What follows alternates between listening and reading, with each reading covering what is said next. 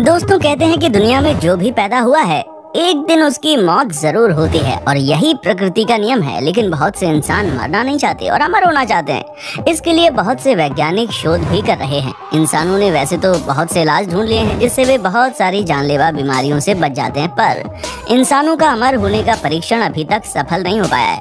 अगर मैं आपसे पूछूं कि आप किसी बम या आग की चपेट में आ जाएं या फिर आपके सर को आपके धड़ से अलग कर दिया जाए तो जाहिर है दोस्तों ये सुनकर आपके रोंगटे खड़े हो जाएंगे, क्योंकि हम सब जानते हैं कि ऐसा होने पर हमारे शरीर के चिथड़े चिथड़े उड़ जाएंगे और हमारी बेहद दर्दनाक मौत होगी, है ना। पर दुनिया में ऐसे बहुत से जीव हैं जो मरने के बाद भी जिंदा रह सकते हैं और कुछ तो लगभग अमर हैं। और इन जीवों में किसी वैज्ञानिक परीक्षण से इनका जन्म नहीं हुआ है, बल्कि इन्हें प्रकृति से वरदान मिला है। जी हाँ दोस्तों, ऐसे ही कुछ जीवों के बारे में आज हम आपको इस वीडियो में बताएंगे, इसलिए वीडियो के अंत तक बने रहिएगा। और कौन सा पार्ट अच्छा लगा ये हमें जरूर बताना। सांप। जब हमारा सामना सांपों से होता है तो हमारी 3 प्रतिक्रियाएं हो सकती हैं। या तो हम चिल्लाने लगते हैं, या वहाँ से भाग जाते हैं, या फिर सांप को मार डालते हैं। लेकिन ये शायद आपको जानकर अचरज होगा कि वाइपर या अजगर जैसे सांपों का शरीर मरने के बाद भी अपना बचाव करता रहता है। असल में इन सांपों के माथे पर 2 छिद्र पाए जाते हैं जो गर्मी के प्रति बेहद संवेदनशील होते हैं। ये छिद्र विभिन्न प्रकार के जीवों के शरीर में से निकलने वाली गर्मी, जो कि इंफ्रारेड के रूप में होती है, उसे आसानी से महसूस कर लेते हैं। सांपों के शरीर के मांसपेशियों में मरने के घंटों बाद तक ऊर्जा बनी रहती है। इसी वजह से मरने के कई घंटे बाद तक ये सांप अपना बचाव करते हैं। आप इन सांपों के जिस ओर जाकर खड़े होंगे, सांप आपके शरीर की गर्मी को महसूस करेगा और बचने के लिए दूसरी तरफ मुंह कर लेगा, वो भी मरा होने के बावजूद। वैसे मरने के बाद सांप द्वारा अपने इस बचाव का उसे कोई फायदा नहीं होने वाला, लेकिन उसके इस व्यवहार से हमें सावधान होने की जरूरत अवश्य है, क्योंकि मरने के बाद सांप सिर्फ अपना बचाव नहीं करता बल्कि आपको काट भी सकता है। अगर रैटल स्नेक और गाबून वाइपर जैसे सांपों का सर धड़ से अलग भी कर दें तो भी इनके सर करीब 1.5 से 2 घंटे तक बिना धड़ होने के बावजूद हमला करते रहते हैं। इसलिए इन सांपों को मारने के बाद इन्हें सावधानी से जमीन में गाड़ दिया जाना चाहिए, क्योंकि इनके मरने के बाद भी इनका काटना किसी भी इंसान की जान ले सकता है। हाइड्रा। हाइड्रा साफ पानी में पाया जाने वाला एक बहुत ही छोटा सा जीव है जिसे आंखों से देख पाना बहुत मुश्किल है, लेकिन वैज्ञानिकों का ध्यान इस खास जीव पर इसकी खास क्षमता की वजह से गया जो इस जीव को कभी भी बूढ़ा नहीं होने देती, और इनके कभी बूढ़े ना होने के कारण इनमें पाए जाने वाले खास तरह के स्टेमल सेल हैं। हाइड्रा नाम ग्रीक माइथोलॉजी से लिया गया है, जिसका सिर काटने पर उसके 2 सिर हो जाते थे। ऐसा ही एक जीव हाइड्रा भी है जिसके साथ ऐसा होता है। हाइड्रा को काट देने पर इसके हर हिस्से से नया हाइड्रा पैदा होता है। हाइड्रा का जन्म अलैंगिक प्रजनन प्रक्रिया से होता है। हाइड्रा पुराने हाइड्रा के शरीर के किसी हिस्से में उगते हैं और बड़े होने पर अलग हो जाते हैं। जिन्हें जितना ज्यादा खाना मिलता रहेगा उतने ही ज्यादा हाइड्रा पैदा होंगे। लॉबस्टर्स की तरह ही हाइड्रा भी बुढ़ापे की वजह से नहीं मरते, इसलिए ये बायोलॉजिकल अमर हैं। लेकिन हाइड्रा की एक और खासियत है इसके शरीर के हर हिस्से से नया हाइड्रा का पैदा होना। लेकिन हाइड्रा के छोटे आकार के कारण बहुत से समुद्री जीव इसका शिकार करते हैं और यही हाइड्रा के मरने का सबसे बड़ा कारण है। इसके अलावा बीमारियां भी इनके मौत का कारण है। Planarian flatworm. प्लेनेरियन फ्लैटवर्म पानी में पाया जाने वाला जीव है, लेकिन इसकी कुछ प्रजातियां पानी के बाहर नमी वाली जगहों में पाई जाती हैं। प्लेनेरियन की पुनर्जन्म की प्रक्रिया किसी भी जीवों में सबसे बेहतरीन मानी जाती है। इनके शरीर को कई हिस्सों में काट देने के बाद भी मरते नहीं हैं, बल्कि इनके हर हिस्से से नए प्लेनेरियन का जन्म होता है। इससे भी चौंकाने वाली बात यह है कि हर नए जन्मे प्लेनेरियन के दिमाग में सालों पुरानी यादें भी वापस आ जाती हैं। इन फ्लैटवर्म्स की औसतन आयु 65 से 160 दिनों की मानी जाती है और इनकी मौत की मुख्य वजह भूख और दूसरे जीवों का शिकार होता है। सैलामेंडर। सैलामेंडर उभयचरों की प्रजाति का नाम है। उभयचर उन जीवों को कहा जाता है जो मछलियों और सरीसृप वर्गों के बीच के श्रेणी में आते हैं। सैलामेंडर की कई प्रजातियां बेहद ही खास, अनोखी और खूबसूरत होती हैं। इन जीवों में अंगों को फिर से बनाने और घाव को भरने की अद्भुत क्षमता होती है, और तो और नए अंग बनने के बाद इस जीव के शरीर पर किसी तरह का नामो निशान नहीं रह जाता। इसकी रीढ़ की हड्डी, दिल या दिमाग में लगे गंभीर से गंभीर चोट भी चंद दिनों के अंदर ठीक हो जाती है। इसकी इसी खूबी की वजह से दुनिया भर के वैज्ञानिक इस पर पिछले 1 दशक से भी ज्यादा समय से शोध कर रहे हैं। शोधकर्ता ये जानने की कोशिश कर रहे हैं कि सैलामेंडर्स में किस तरह घाव भरने की प्रक्रिया होती है, इसलिए वे इस जीव के जीन्स के अनुकरण को समझने की कोशिश कर रहे हैं। Alaskan would frog.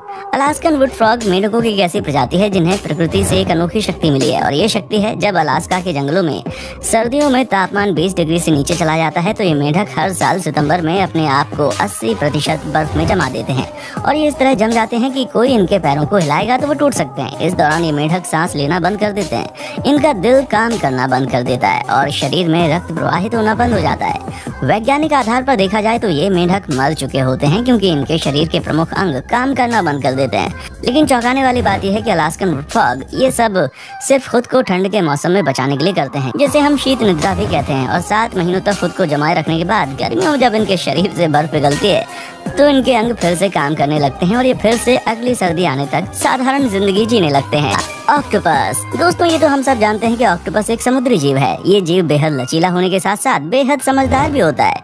इस जीव को कैद करके रखना बहुत मुश्किल काम है। आप चाहे इसे कैद करने की कितनी कोशिश कर लें, ये कभी अपने तेज दिमाग का प्रयोग करके तो कभी अपने लचीले शरीर की मदद से हर बार कैद से भाग जाता है। ऑक्टोपस के पास 3 दिल होते हैं, लेकिन इस जीव की सबसे अनोखी खासियत ये होती है कि इसकी भुजाएं 8 हैं और ये एक दिमाग पर निर्भर नहीं होती, बल्कि हर भुजा का अपना एक अलग दिमाग होता है। इसी कारण से मरने के बाद भी इसकी भुजाओं में पहले जैसी गति बनी रहती है। इसी खूबी की वजह से ये जापान में ओडेडोन नाम से इसकी एक बेहद लोकप्रिय डिश बनाई जाती है। और आपने बहुत से वीडियोस भी देखे होंगे जिसमें टेबल में खाने के लिए रखे ऑक्टोपस हिल रहे होते हैं। ऐसा इसलिए होता है क्योंकि ऑक्टोपस के हर एक पैर में 40,000 के करीब न्यूरॉन्स होते हैं जो दिमाग की तरह काम करते हैं। यानी ऑक्टोपस के हर एक पैर में खुद को कंट्रोल करने का सिस्टम होता है, जिन्हें हमेशा दिमाग की जरूरत नहीं पड़ती। इसलिए जब इसके पैर को काट दिया जाता है तो वो खुद हिलने लगता है। और जब ऑक्टोपस मर जाता है तो भी इसके पैर इसके शरीर को कुछ दूर तक ले जाते हैं, जब तक कि इसके सभी सेल्स मर नहीं जाते हैं। चिकन, अगर आप किसी कसाई से पूछेंगे कि क्या कभी मुर्गे को काटने के बाद वे भी जिंदा रहते हैं, तो उनका जवाब होगा हाँ। ऐसा इसलिए होता है क्योंकि मुर्गियों का तंत्र तंत्र हम इंसानों से बहुत अलग होता है।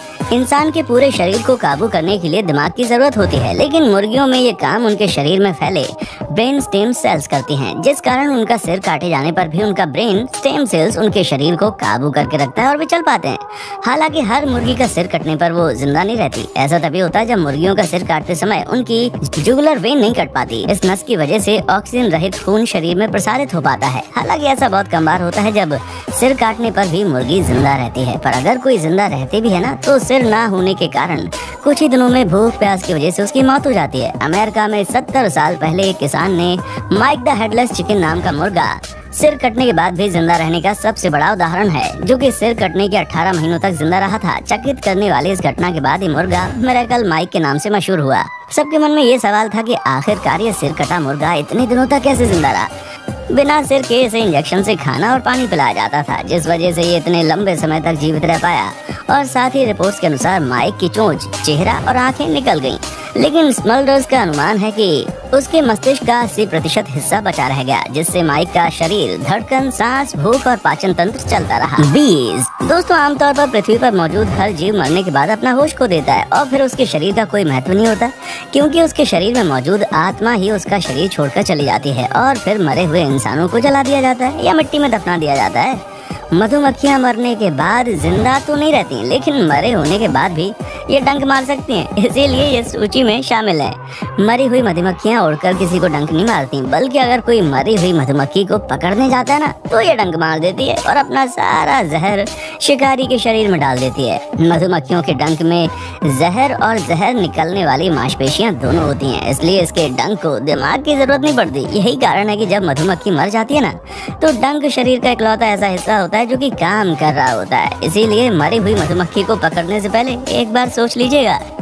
जब मधुमक्खियां डंक मारती है ना तब मधुमक्खियों का डंक शरीर में जाकर के सेल्स को मारने वाला जहर छोड़ता है, लेकिन इसकी बनावट कुछ अलग होने के कारण मधुमक्खियां डंक मारने के बाद में अपने डंक को शरीर या फिर चमड़ी से बाहर नहीं निकाल पाती, यानी कि डंक चमड़ी में फंस जाता है और मधुमक्खियां इस डंक को निकालने का प्रयास करती हैं। डंक निकालने के प्रयास में मधुमक्खियों की जान चली जाती है, क्योंकि इस डंक से ही उनका डाइजेस्टिव सिस्टम जुड़ा होता है, जो कि डंक मारने से त्वचा में या फिर बॉडी में रह जाता है और मधुमक्खी की मौत हो जाती है। कॉकरोच को हिंदी में तिलचट्टा कहा जाता है। माना जाता है कि पृथ्वी पर इनका जन्म कम से कम 30 करोड़ साल पहले हुआ था, यानी कि डायनासोर से भी पहले। ये इतनी सख्त जान है कि अगर भविष्य में कभी परमाणु युद्ध हुआ ना तब भी कॉकरोच आसानी से बच जाएंगे। अगर आप कॉकरोच को फ्रिज में भी रख दें तो खुद की बर्फ जमने के बाद भी ये मरेगा नहीं।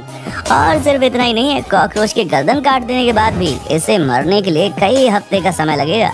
कई हफ्ते के बाद भी उसकी मौत की वजह ये हो गई कि बगैर सिर के कुछ खा भी नहीं सकता, इसलिए भूख प्यास के चलते इसकी मौत हुई। कॉकरोचों के बारे में बगैर सिर के सांस लेने में इनको कोई परेशानी नहीं होती, क्योंकि ये अपने शरीर पर बने छोटे छोटे छेदों के द्वारा सांस लेते रहते हैं। कॉकरोच 40 मिनट तक अपनी सांस रोक सकते हैं। इसी वजह से वो लगभग 30 मिनट तक पानी में बड़े आसानी से रह लेते हैं। कॉकरोचों की 6 टांगे होती हैं। हर एक टांग में 3 जोड़े या कहें कि 3 घुटने होते हैं। अगर किसी कारण से इनकी कोई टांग टूट जाती है ना, तो कुछ ही दिनों में उसकी जगह नई टांग उग आती है। कॉकरोचों की ऐसी मादा प्रजातियां भी पाई जाती हैं जो पूरे जीवन काल में सिर्फ एक बार किसी नर से संबंध बनाती हैं, लेकिन सिर्फ एक बार से संबंध से ही ये पूरे जीवन भर गर्भवती रहती हैं और समय समय पर अंडे देती रहती हैं। तो दोस्तों, अभी के लिए बस इतना ही। देखने के लिए शुक्रिया।